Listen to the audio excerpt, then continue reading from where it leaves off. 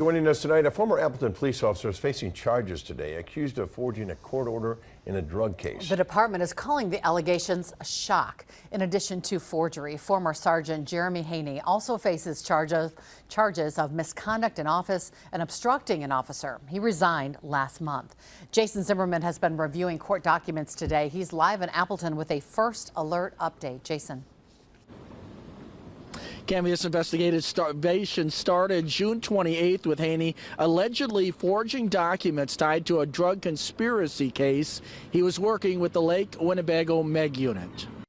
According to the criminal complaint, former Appleton Police Sergeant Jeremy Haney forged a warrant which had already been approved and notarized to install a GPS tracker on a suspected drug dealer's vehicle. When an assistant district attorney reviewed the warrant, they found a forged version of their signature on the court order, and the time frame was changed to 90 days instead of 45. Plus, the notary stamp was missing, and the judge's signature didn't look right either.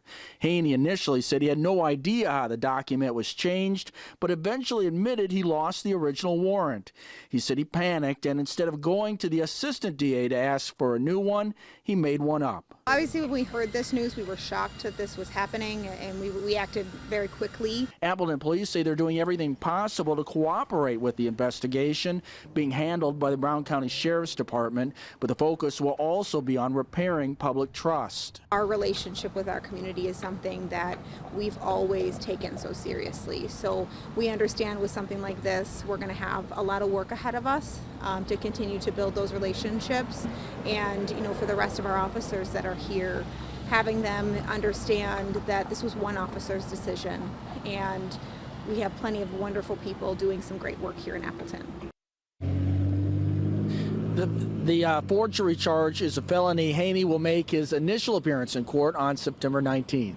Reporting live in Appleton, Jason Zimmerman, Action 2 News.